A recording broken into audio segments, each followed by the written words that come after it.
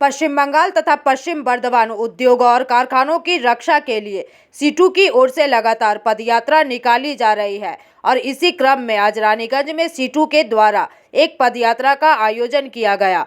जानकारी के मुताबिक यह पदयात्रा गिरजापाड़ा स्थित संगठन के कार्यालय से शुरू होकर रानीगंज बाजार और एनएसबी रोड होते हुए कोयला मजदूर संगठन के कार्यालय तक पहुंची। इस यात्रा का उद्देश्य पश्चिम बंगाल और विशेष रूप से पश्चिम बर्धमान जिले में उद्योग और कारखानों की रक्षा करना था।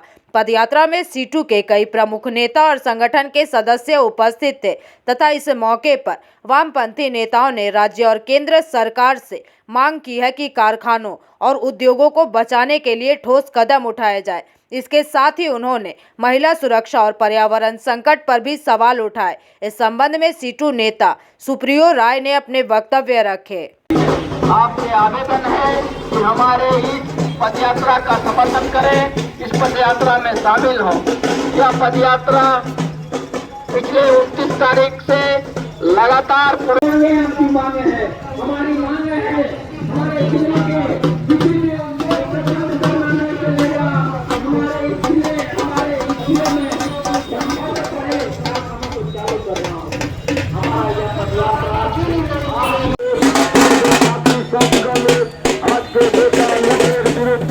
बांग्ला बचाओ यात्रा, शहर बचाओ यात्रा आपसे शामिल हो। बंधुगण, रानीगंज शहर के बचाता হবে, জেলাকে বাঁচাতে হবে, জেলার শিল্পকে বাঁচাতে। মূল আমাদের স্লোগান হচ্ছে শিল্প বাঁচাও, কাজ বাঁচাও, জেলা বাঁচাও, বাংলা বাঁচাও। এটা মূল স্লোগান। আর তার সঙ্গে এটা সবাই বুঝতে পারছেন যে পশ্চিমবঙ্গে বিগত 14 বছরে শিল্প কলকারখানার অবস্থা খারাপ, শ্রমিকদের অবস্থা ক্রমশ খারাপ হচ্ছে, বেকার যুবরা কাজ পাচ্ছে না। কাজেই শিল্প বাঁচানো, কাজ বাঁচানোর জন্যই আমরা এই পদযাত্রা করছি। ইতিমধ্যে শ্রম কোড কেন্দ্রের বিজেপি সরকার লাগু করেছে। এই শ্রম কোড লাগু হওয়ার অর্থ হচ্ছে 8 ঘন্টার পরিবর্তে শ্রমিকদের 12 ঘন্টা কাজ করতে হবে। শ্রমিকদের কোনো অধিকার থাকবে না, শ্রমিকরা সংগঠিত হতে পারবে না, শ্রমিকরা ইউনিয়ন করতে পারবে না, শ্রমিকদের স্থায়ী কোনো চাকরি বলে বিষয় থাকবে না। সবটাই হচ্ছে ফিক্সড টার্ম এমপ্লয়মেন্টের দিকে কেন্দ্রের বিজেপি সরকার যাচ্ছে। কিন্তু সমস্যা হচ্ছে এই যে এ রাজ্যে তৃণমূল সরকার মুখে অনেক কথা বললেও, বিজেপির বিরুদ্ধে, মোদির বিরুদ্ধে, অমিত শাহের বিরুদ্ধে কিছু কথা বললেও তারা শ্রম কোডের বিরোধিতা করছেন।